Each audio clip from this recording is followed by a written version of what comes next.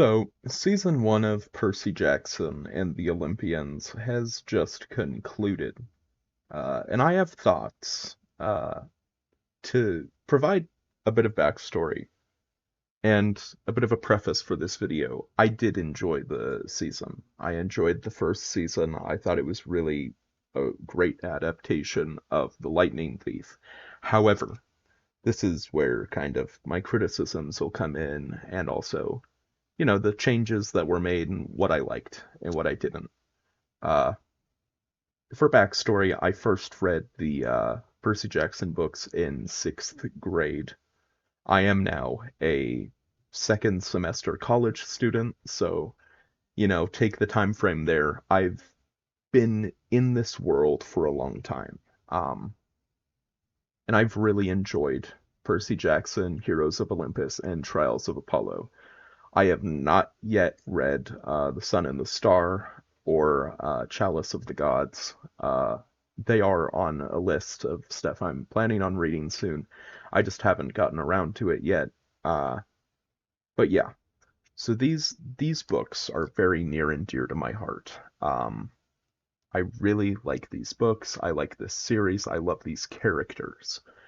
And I was a bit disappointed with the movie when I first watched it. The movie was it wasn't bad necessarily, but the movie it was flawed. It wasn't a great adaptation. It was basically like, what if we made, a more mature version of the story while also cutting a bunch of stuff and making Grover really weird. And super into women. Like that's my main takeaway from you know, the movie. Also, the Sea of Monsters movie somehow brought back Kronos in the second installment instead of waiting, for that to be the grand finale. Anyways, all of that said, when I found out that they were making a Disney Plus series and Rick was going to be directly involved, I was very excited. The trailer came around, well, a teaser came around, and I was like, okay, okay. We had the casting announcements. I was like, okay, okay, all right, I'm excited. Um, then we got the trailer, and I was like, wow, this looks pretty cool. I'm excited to see what Disney has to offer. So the first episode premiered near the end of December 2023. I don't know if I would call this a 2023 show or a 2024 show, because the funny thing is, like, most of it premiered in 2024, so it's in a kind of a weird spot. Um, but I enjoyed it. Also, my chair just popped. I apologize for that. So yeah, I enjoyed the show. Uh, I think starting with the first episode, it was a great introduction to basically just, the universe, giving us these like flashbacks while also giving us the opening narration from Percy was a pretty great choice. The casting for like little Percy was spot on. Dude looked just like Walker but younger. I don't know how they found this kid who looks so much like Percy's actor, but I mean, granted, Percy's actor's a kid, but you know what I mean. A much younger kid. Um,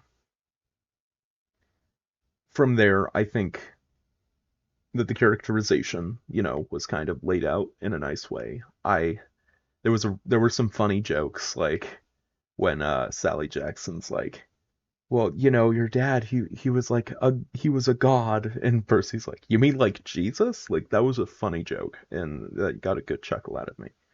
It was also very in character for Percy to make a quip such as that. Uh, then we get into episode 2, where we finally get to Camp Half-Blood. And I think this is where, like, I felt like episode 1 was really solid. Um, it was a great introduction and it was a great setup. Episode 2, though, left me wanting a bit more. So here's the thing. Episode 2 was our introduction to Camp Half-Blood. And that's great, I'm glad we got to be introduced to Camp Half-Blood, whatever. It was also our introduction to Annabeth, and Clarice and all of these characters. Luke. Um, Clarice obviously didn't do much. That'll be covered next season. Because season 2 was announced just the other day. Yay! I'm excited for that. But I feel like we didn't get to see enough of Camp Half-Blood before we set off on the quest. Um, it's one of those things. Episode 2 gave us some cool setup. It was like, okay, here's Camp Half-Blood. Yep, you've been claimed, so on. This is the quest. The quest was laid out pretty quickly, and Percy's like, all right, let's go. Obviously with the detail that, oh yeah, I can save my mother potentially if I go on this quest. Uh, that's fine. Um, but I think part of the flaw of not showing a lot of Camp Half-Blood was made very apparent in episode 8, because we got a lot of flashbacks to Percy's time at camp before leaving. We got 2 or 3 flashbacks to Percy, and Luke training before Percy set off on the quest. And I feel like we should have seen that in episode 2 or in episode 3 before they left on the quest. That's just me. But I feel like that would have been a better decision. Um, I feel like adding the flashbacks after the fact, not only did it make Luke's betrayal super obvious, it also just made the whole thing, it it it just wasn't a great idea. Um, Past that, episode 3 I thought was really fun. It introduces an idea that is one of the main criticisms that a lot of people have had for the show, and it's the idea that they always know what's gonna happen. Um, like they knew that at the Garden Gnome Emporium, Medusa was there. They knew it was Medusa.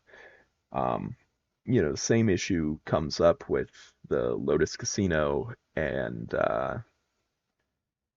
it's just as the season progresses, they keep kind of knowing beforehand what's going to happen, and they don't do it poorly. The general story beats still play out, so I'm not super upset about it, but it is a little annoying.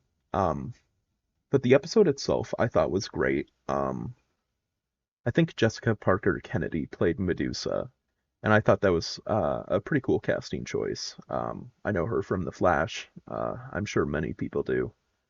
So that was exciting. Seeing a familiar face. Uh, we got more characterization for Annabeth and Grover, so on. It, and then we go to episode 4. Episode 4 Episode 4 was it was a fun one. I will say that. They're on the train. We get to flip and, see Echidna, I believe. Um, and there's this whole thing with we have the mist providing us with the visual of a chihuahua chasing them. Obviously it's not a chihuahua. It's a vicious monster that, poisons Percy, so on and so forth. There was a funny gag where they're splashing Percy with water in front of the arch, and I thought that was funny. Obviously, that's not going to do much. It has to be natural water. But it was a funny gag. I enjoyed it. Um, the cinematography for the fight was fine. The ending was really cool with, like, Percy falling. And it explained something that a lot of people who read the book and have only read the book kind of questioned. And it's, how the crap did Percy land in water when the only natural water source is quite a distance from the arch? We got an answer. The water just flew towards him and grabbed him. I don't know how that worked with the mist. I don't know if people saw that or not. I don't know. But it answers the question, and I am grateful for that. As we move into episode 5, we get into where I started to like really, really enjoy the series. After episode 5, like that was peak. Episode 5 was peak. Episode 5 onward, I should say. Really enjoyed it. Uh, Ares, holy crap, I loved Ares. And the little detail of Ares starting Twitter flame wars is like the greatest thing ever. Um, as for like other details of the episode, like I don't want to go too in depth into like the plot of each episode. I just kind of want to talk about things I liked and didn't like.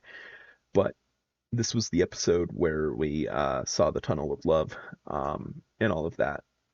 And uh, it differed quite a bit from the book, mainly because we had Percy sacrificing himself temporarily to get Ares's shield, I guess is how I would say it. The shield of Ares, whatever. Uh, and obviously that wasn't in the book because everything's from Percy's POV in the book. But I thought it was a really nice scene that not only, added some emotional weight, but also really, really developed Annabeth and Percy's friendship. Um, I thought that was great. I thought it was really good. We also got a seaweed brain in that episode, which was, top tier fan service. I loved it. As we move forward, we get to episode 6, which is, you know, I feel like it's the most controversial episode. It's the Lotus Casino episode, titled "We Take a Zebra to Vegas," even though we don't really see them take a zebra to Vegas. Uh, the episode was fun. Uh, the intro was kind of cool, where they, communed with Luke. Um, there was an interesting line of dialogue where they're like, "We know who the lightning thief is," and Luke's like, "How did you know?" Not "Who is it?" or something, which I think was a cool little hint. Oh yeah, it's Luke, and he's like, "Wait, how'd you know it was me?" But of course, Percy and Annabeth did not catch on to that, and all the while Grover's over there talking to the animals, um, helping them devise a plan to escape. The issue being the animals don't have thumbs. Like that's great. I love it. It's so fun. Um, Lotus Casino was pretty cool. It's one of those weird things because in the movie and in the show, Lotus Casino is the place where they have like an objective. They have to go there. In the movie, I don't quite remember what it was, but in the show, they're going there so they can speak to Hermes. And in the book, they just happened to go there because, like, man, we need to rest. We need a place to take a break. So it's weird. It's a weird change that's been made multiple times now. I'm fine with it though. I thought the actual scenes in the casino were fun. I liked the idea that Grover was isolated, so it impacted him more, the flower scent, whereas Percy and Annabeth were together, so it didn't impact them as greatly. Uh, this is where, however, the show takes a pretty big leap in terms of changing the general plot from the book, and I'm okay with it. They find out that the summer solstice has passed, and their entire quest in all of the adaptations is they need to get the lightning bolt before the summer solstice, or a war is going to break out. They fail in the show, and that ups the stakes so much because I feel like they hadn't properly laid out the stakes prior to that in the show, at least. So I feel like having it be like, yeah, you need to hurry. The solstice has already passed. War is coming. Really upped the stakes and, just made the whole thing like, we need to do something about this. I think that was a great decision. Uh, as for going into episode 7, now they're really rushing to, find the bolt. So of course they're like, okay, let's go to the underworld and we'll talk to Hades, because Hades obviously has it. Holy crap, the underworld was done so much better than in the movie. In the movie, the underworld just was basically like a hellscape, kind of like the biblical hell, or I guess the Dante's Inferno hell. I don't know the best way to describe it, but yeah, in the show it was much more like the Greek underworld, and I really appreciated that. It wasn't some fiery, landscape. It was really unique. I really liked it. And the pit to Tartarus.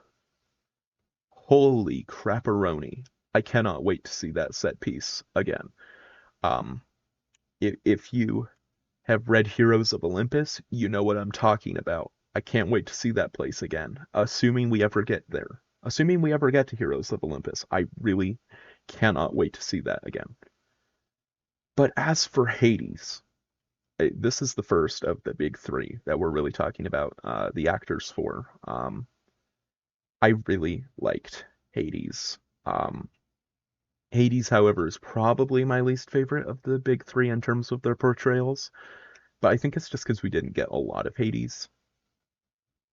Uh, I liked that Hades wasn't just like some monstrous dude. I am glad they didn't make that leap. Hades was cool. Uh, obviously, and Hades being like, "Oh yeah, just ask me for sanctuary, 'cause crap's about to go down." I'm not gonna I don't want you to be in the middle of that. Like that was nice. Uh, obviously, things don't necessarily work out there because Hades didn't have the bolt. The bolt just happened to pop up in their bag. Uh, so that's fun. Anyways, moving forward, we get to the finale of the season. We get the battle between Percy and Ares. It's great. I'm glad they didn't like overblow it because obviously this is the first season, the first book, so on. Percy is not going to be a super skilled fighter. He's not going to be able to really take on Ares.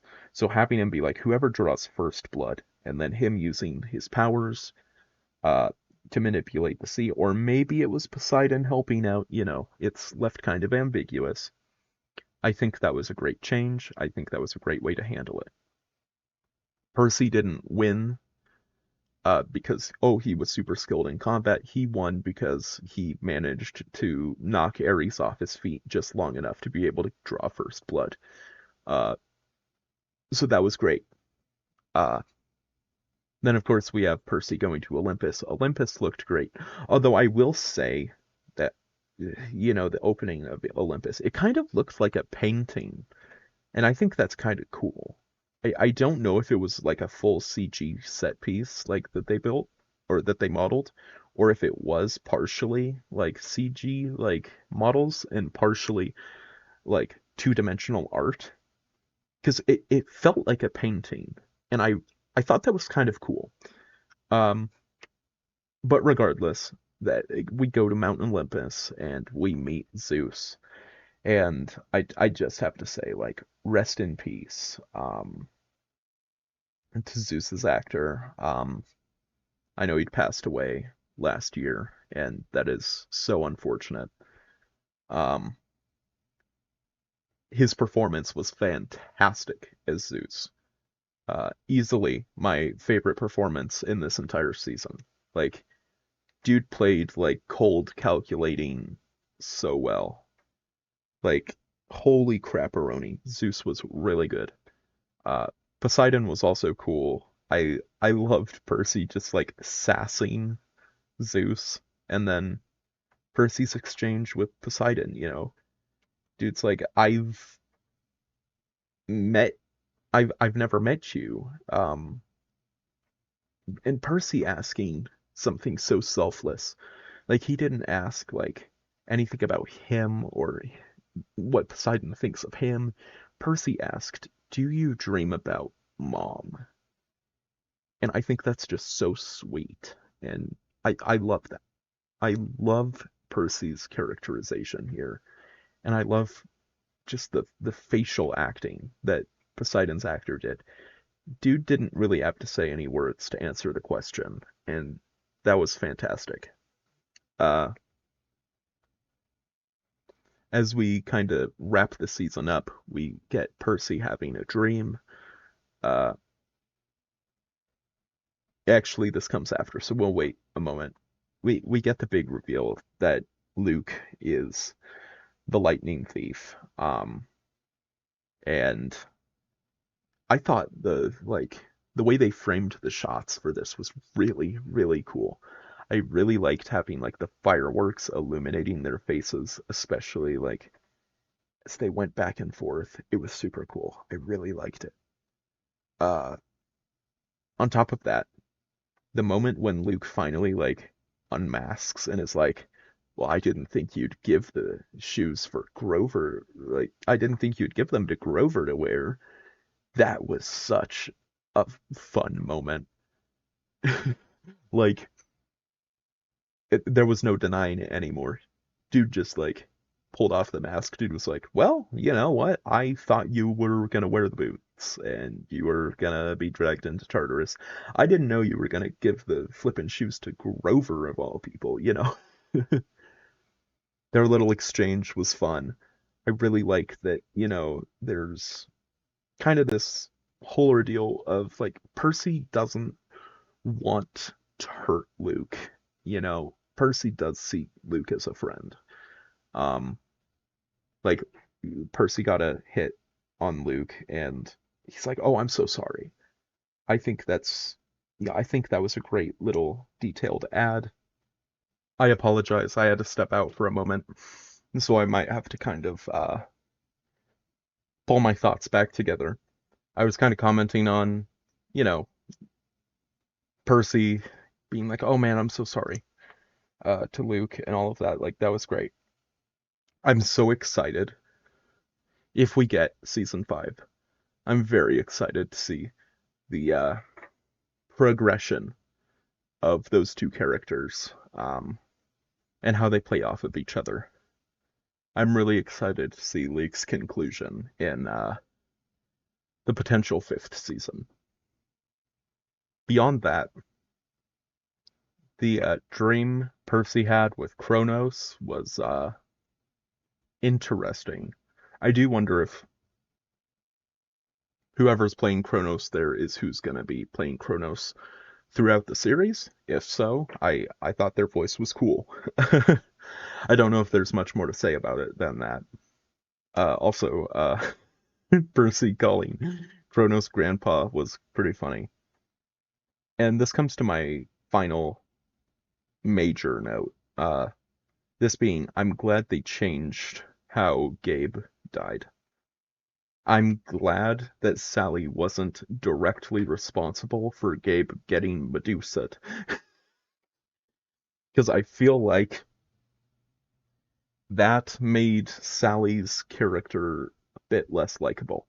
Yes, Gabe is awful, but I don't think Sally should have been the one to do that. I think it should have been like it makes more sense in the book. Gabe is a lot worse of a dude in the book than is implied in the show. The show makes him more of like a sleazebag and like a lazy turd. Whereas in the book he was more outright abusive. In the show it makes sense to have changed it so, oh, dude was just being a jerk again, opened Percy's mail and got Medusa'd instead of Sally explicitly killing him. But I don't know what else there is to say really about the finale. I think the season overall was really solid. I'm excited to see what they do with season 2. A final like funny thing from the finale I kind of want to talk about is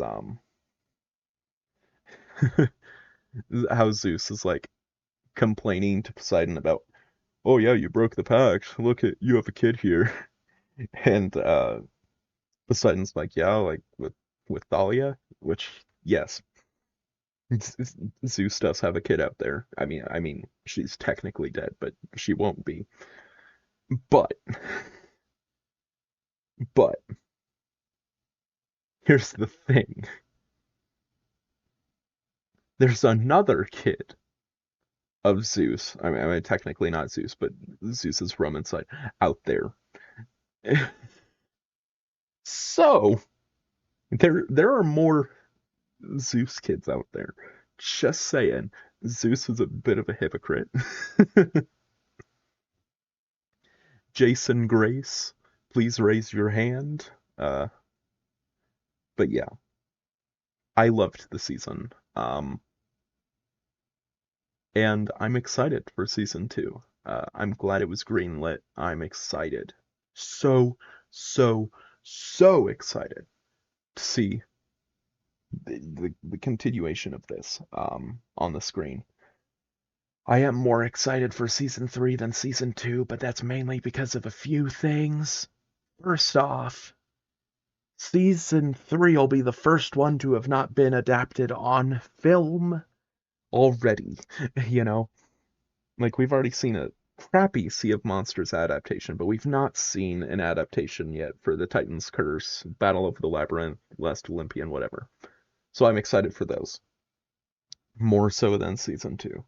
But I'm still excited for season two. So excited. Overall, I would give the first season of the show an 8 out of 10. It had flaws, but it was really great. And this is from, a longtime book reader.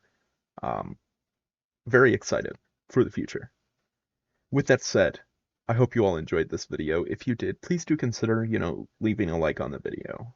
If you want to subscribe, you can. I talk about stuff. Also, if you want to leave a comment telling me, your thoughts about the season, I'd love to hear your thoughts. With that said, I hope you all enjoyed, and I'll see you all next time. Farewell, and have a nice day.